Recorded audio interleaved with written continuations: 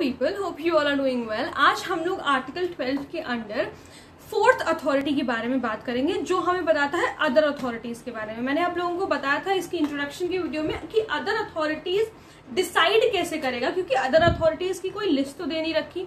तो other authorities court decide कैसे करता है. अदर अथॉरिटीज जो होती हैं वो क्वेश्चन ऑफ फैक्ट होता है, यानी कि केस बाय केस डिपेंड करता है. सुप्रीम कोर्ट डिसाइड करेगी कि कोई अगर केस लेकर के आया है तो वो अथॉरिटी स्टेट मानी जाएगी, आर्टिकल 12 के अंडर आएगी या नहीं आएगी. तो इसके कुछ केसेस हैं वो हमें देखने पड़ेंगे जिससे हमें पता चलेगा कि अदर अथॉरिटीज में कौन कौन सी चीजें आती हैं. हालांकि अभी तक कोई लिस्ट नहीं है इस अदर अथॉरिटीज की. वही मैंने बताया कि क्वेश्चन ऑफ फैक्ट है कि केस बाय केस डिपेंड करता है. ठीक है, तो सबसे पहला केस है university of Madras versus Shantabai. अब इसके फैक्ट्स में हम लोग नहीं जा रहे हैं, सिर्फ क्या प्रिंसिपल इवॉल्व हुआ है, क्या हेल्ड किया था कोर्ट ने, वो हमें जानना ज्यादा जरूरी है. तो इस केस में Madras high court evolve the principle of ejusdem generis. इसका मतलब है that is of like nature. इसका मतलब ये है कि अदर अथॉरिटीज के अंदर वो सारी चीजें आएंगी जो कि थोड़ी सी मिलती जुलती हैं उन तीन अथॉरिटीज से जिन्हें हम पढ़ चुके हैं. ठीक है, अदर अथॉरिटीज में वो सारी चीजें आएंगी, वो अथॉरिटीज आएंगी जिन्हें हम प्रेसिडेंट तीन अथॉरिटीज में पढ़ चुके हैं. वही यहाँ पर लिखा है एडजस्टेड जेनरिस का मतलब ये है कि other authorities should be similar to the president three authorities under article 12. कि अदर अथॉरिटीज सिमिलर होनी चाहिए इससे पिछली तीन अथॉरिटीज की जो कि आर्टिकल 12 में बताई गई हैं. तो इसमें ये कहा गया कि university is not a state. University का केस था तो उसमें बताया गया कि यूनिवर्सिटी स्टेट नहीं है. यानी कि इस केस के हिसाब से आप लोग इसको, अगर यूनिवर्सिटी आपकी फंडामेंटल राइट को इन्फ्रिंज करती है तो आप उसे कोर्ट में लेकर के नहीं जा सकते इस केस के हिसाब से अभी. ठीक है, ये समझ में आया. अब इसका थोड़ा सा हम लोग एक बार हिस्ट्री पढ़ लेते हैं अदर अथॉरिटीज की. कि earlier a restrictive interpretation was given to this term. Restrictive interpretation का मतलब ये है कि कुछ रिस्ट्रिक्शंस लगाए गए थे अदर अथॉरिटीज में. ये बिफोर 1970 की बात है. ठीक है, that is the authorities exercising governmental और sovereign functions would only be covered under other authorities. क्या कहा गया कि ऐसी अथॉरिटीज जो कि गवर्नमेंटल फंक्शंस कर रही हैं और सॉवरेन फंक्शंस कर रही हैं वही अदर अथॉरिटीज के अंदर आएंगी, बाकी नहीं आएंगी. तो ये बहुत ही रिस्ट्रिक्टिव अप्रोच थी कि ऐसे तो काफी ज्यादा अथॉरिटीज हैं वो इसके अंडर आ ही नहीं सकती, वो स्टेट बन ही नहीं सकती. ये रिस्ट्रिक्टिव अप्रोच थी बिफोर 1970 की बात है. अभी क्या है, केशवानंद भारती का जब केस हुआ, Keshavananda Bharati versus state of Kerala, तो उसके बाद इसका इंटरप्रिटेशन काफी चेंज हुआ, लिबरल इंटरप्रिटेशन आया. So the liberal interpretation says that it is not necessary for an authority to be engaged in sovereign और गवर्नमेंटल फंक्शन. किसी भी अथॉरिटी को जरूरी नहीं है, ऐसा जरूरी नहीं है कि वो सॉवरेन और गवर्नमेंटल फंक्शन ही करे तो ही वो अदर अथॉरिटी के अंदर आ सकती है.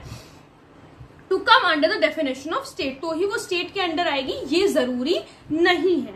The bodies like state electricity board, LIC, ONGC come under other authorities. तो ये कुछ एक छोटी सी लिस्ट दी हुई है कि जो स्टेट इलेक्ट्रिसिटी बोर्ड होता है, LIC, ONGC, ये हमारे अंडर अदर अथॉरिटीज आते हैं. ठीक है, तो सबसे पहले क्या बहुत ही रिस्ट्रिक्टिव अप्रोच थी कि भाई जो सॉवरेन और गवर्नमेंटल फंक्शंस जो बॉडीज करती हैं वही अदर अथॉरिटीज में आएंगी और वही डेफिनेशन ऑफ स्टेट होंगी. लेकिन फिर केशवानंद भारती केस के बाद चेंज हुआ इंटरप्रिटेशन और कहा गया, अप्रोच चेंज हुई और कहा गया कि ऐसे तो बहुत सारी अथॉरिटीज इसके अंडर नहीं आ सकती. तो वो सारी अथॉरिटीज जरूरी नहीं है कि वो अथॉरिटीज गवर्नमेंटल या फिर सॉवरेन फंक्शन परफॉर्म करें. बहुत सी ऐसी अथॉरिटीज है जो ये नहीं करती हैं फिर भी वो स्टेट के अंदर आएंगी. ठीक है, इसी वजह से अदर अथॉरिटीज अभी तक क्वेश्चन ऑफ फैक्ट पे डिपेंड करता है. अच्छा, ये एक हमारा केस हो गया, हमने देख लिया. इस केस में बताया गया कि university is not a state. ठीक है, ये प्रिंसिपल इवॉल्व किया इस केस ने. क्या कहा कि जो भी अथॉरिटीज अदर अथॉरिटीज क्या होंगी, सिमिलर होंगी बाकी तीनों अथॉरिटीज से, to come under the definition of state. Now ये केस आया Ujjambai versus state of UP. अब क्या हुआ, ये जो प्रिंसिपल इवॉल्व किया था इसको रिजेक्ट कर दिया गया. So the principle of ejusdem generis was rejected because it was decided that many authorities will not come under article 12.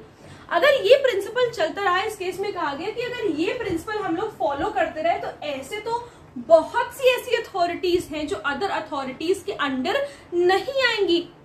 भाई हम कहाँ तक सिमिलैरिटी ढूंढते रहेंगे कि हाँ भाई ये अथॉरिटी इससे सिमिलर है, इन 3 अथॉरिटीज से, तो ये स्टेट की डेफिनेशन के अंडर है। ऐसा तो हमेशा नहीं हो सकता ना।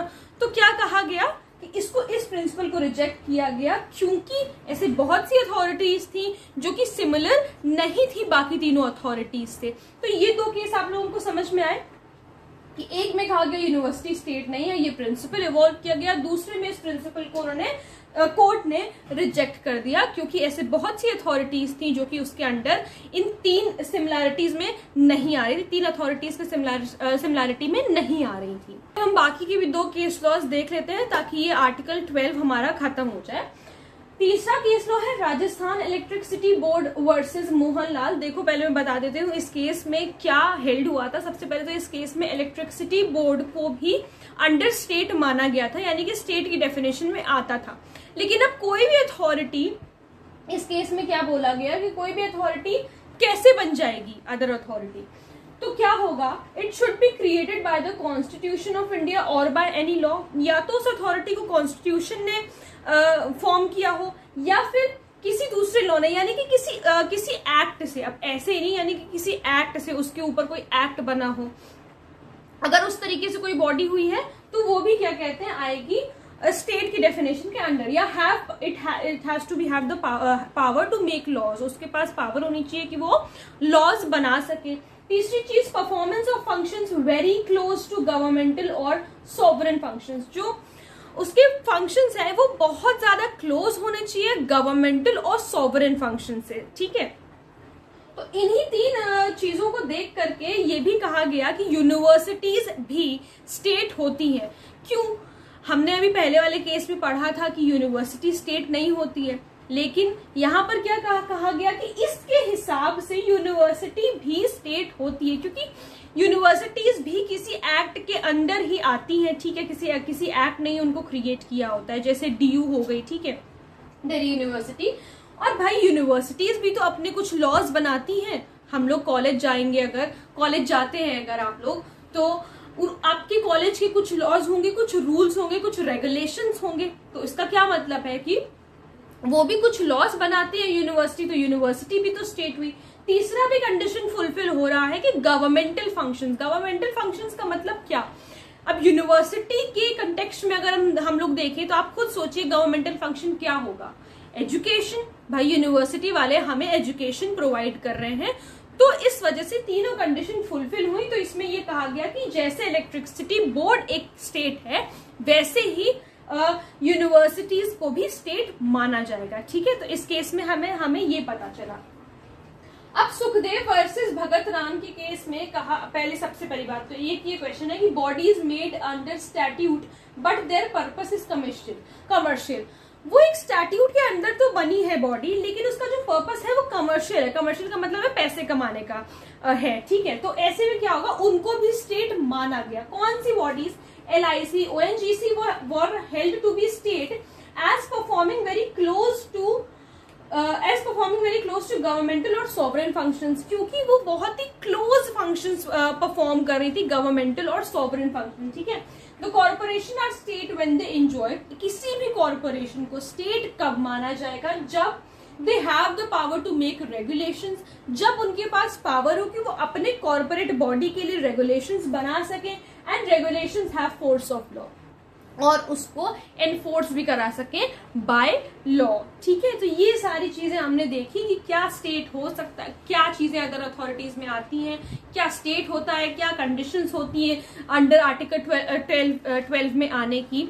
तो आई होप आप लोगों को समझ में आया होगा कि क्या स्टेट है, किस तरीके से हम स्टेट की डेफिनेशन को समझते हैं, सारी चीजें। तो यहाँ से हमारा आर्टिकल 12 खत्म होता है। अगर आप लोगों को कोई दिक्कत है, कोई प्रॉब्लम है, कोई डाउट है, तो please let me know in the comment section. और अगर आप लोग किसी टॉपिक पे वीडियो देखना चाहते हैं तो वो भी प्लीज मुझे जरूर बताइएगा। Thank you so much.